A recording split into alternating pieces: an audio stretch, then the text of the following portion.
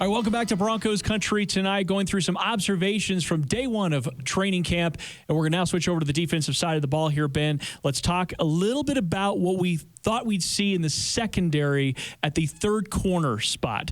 Obvious who is going to be A.J. Bouye and Bryce Callahan starting, but the third cornerback going in, we're really sure. Now, this is something, by the way, I feel like is very fluid. We saw with Vic Fangio even last year where he'd have a guy starting one day, the next day it would be a completely different person starting in a position just to see kind of how it looked. But today was Isaac Yiadom who got the opportunity early on to be that third corner. And good for Yiadom. Try to make the most of those opportunities. You're going to need to make the most of those opportunities. It's a crowded corner room with a lot of question marks and a lot of youth, and you need to come in and you need to establish yourself. So I thought he held his own pretty well today, mostly. There were a couple plays that, like anybody, you're going to give up. But yeah, it was not surprising or shocking, but just a little, kind of one eyebrow raised. You had some other guys out there that potentially you'd throw in there, but I understand the rookies running with team two, so Jamudia not out there, but Devontae Harris, Duke Dawson, Devontae Bosby, all guys in the mix on the second team there. Bosby got extensive work with the second team, so that depth kind of shook out the way that we thought it would. Yeah, and he had one really beautiful PBU early, a pass breakup on Sutton, and then I think later on he gave up a pretty tough contested to Sutton. And again, that's just a tough matchup, I think, anywhere you go. So if Isaac Yiadom, though, is going to prove he may not always be matched up on a wide receiver one if he ends up getting the green light to be the starting cornerback opposite or is starting in nickel, but he's going to have to understand there's going to be times where he's going to be covering the number one target, much like last year against Darren Waller in Oakland. Yeah, he's going to be the third corner on this offense, or this defense is going to be used extensively. And you're going to be covering good players no matter what, no matter how you slice it. So it's good. Get those reps up against a good player like Courtland Sutton. Showcase that you've got the ability to close plays out. That's been a problem with Yiadom throughout his career. That's what he needs to showcase in this training camp. Show that he can close those plays out, get those breakups, swat the ball away, make sure there's no reception happening, and go from there. Hit or miss again, day one, but that gives you something to build on. Well, and you said, I think on the show last night, that we should expect the offense to probably win a lot more of these matchups today, and the defense will probably battle back either on Sunday or on Monday. One of the things that I wanted to talk about, though, we mentioned in the first segment the 2 interceptions. There were actually 3 interceptions today for the defense, right. And my guy Michael Ojemudia coming up with an interception late on Jeff Driscoll. Driscoll going to the well one too many times on Jerry Jeudy, but you saw that at least in this portion of practice, you saw once a quarterback and a wide receiver kind of got locked in on something, and I'm not necessarily meaning the pun, but you understand, then you saw situations where the defense started to react. That's where the 2 interceptions came on lock, both targeting Sutton, and then this one targeting Jeudy late. Well, it was actually Hamler late, I believe, wasn't it? Or was it Jeudy? Well, and actually, no, you're right. There were 4 interceptions. Hamler batted that ball up in the air. That was a Trey Marshall interception. Right, so Trey Marshall. You're right. I apologize. There were 4 interceptions today. Right. Trey Marshall came up with the tip. Right. And that was on Hamler, back. though. Hamler dropped the ball a little bit high for Hamler. Hamler still should have hung. I'm always going to err on the side of the receiver. Should have caught it.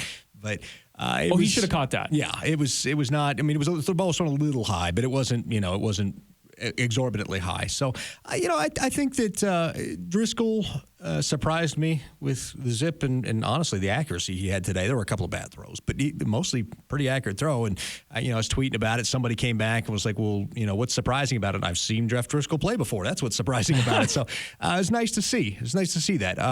Hopefully Jeff Driscoll can turn into that serviceable backup that they hope he can be. I thought the DBs played pretty well, specifically the safeties. I thought Trey Marshall out there. Elijah Holder didn't get his name called a lot, but was out there, was all over the place. He is the other backup safety with Trey Marshall, and then Coleman out there played, I thought, pretty well as well. That's kind of my guy, the undrafted guy. I think he's got a shot at making this roster. Okay, let's go linebackers. You were really impressed early with Derek Tusca. Now, this, of course, was in the early portions during some of the warm-up stuff, but I just like that nasty attitude, man. He was out there. Yeah. He was trying to kill the pads. Like he's out there and warm. They're not even out there trying to do anything. They're out there just with the pads and the tires, and he's out there trying to kill the tire. Bradley Chubb's out there having fun with it and joking about it. Derek Tusca is Mr. Serious Business. I just like that nasty attitude, man. Somebody wants to run around and smack somebody. I appreciate that. Saw Alexander Johnson flying around as you sort of expect. He got an interception. Saw Von Miller wrecking a play. You mentioned that a little earlier. Also saw Justin Hollins make a heck of a play today to kind of break up something in the backfield. And you really kind of want to see a big step forward. I'd actually like to see him string together some really good days of practice, because the thing about it is you know that Bradley Chubb and Von Miller are your starters, but there's going to be some rotation opportunities there at some point.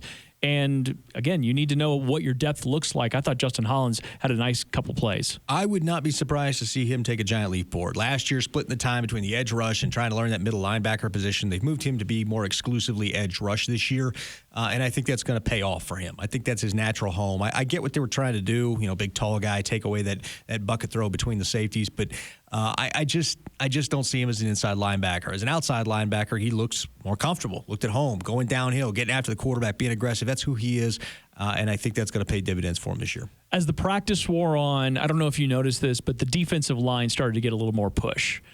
And this is something that we brought up on the show, the radio show, about conditioning and about where these guys were going to be at. It seemed like the defensive line started to get some wins towards the end. And Shelby Harris, who we're going to have on next, got a nice batted pass. He actually probably had a chance to be able to get to it. But I saw the defensive line getting some wins late. And you just think, okay, well, I'm sure Vic Fangio's pretty happy about that because he's a defensive guy. But that's one of those things that I want to watch and see how that develops, because the offensive line, the conditioning is going to be something that we have to watch. Well, yeah, and then you've got an additional thing here because Dotson, wasn't ready to go. Wilkinson barely ready to go. So you're thin on your rotation in practice on the offensive line, whereas the defensive line has a full rotation. So when you get to the end of practice and see things like that, sometimes it can just be a matter of a shortage of depth right now, early on in practice. If that continues on into camp, we're seeing that next week when they have all the full complement of guys out there, then I'm going to raise an eyebrow. But that led to a couple of those late interceptions. I know the Hamler should have come down with that catch, but led to an interception with Trey Marshall, Michael Ojemudia, because there was pressure, ended up coming with the interception late on Driscoll. That's exactly what we're going to be watching, of course, over the next few days.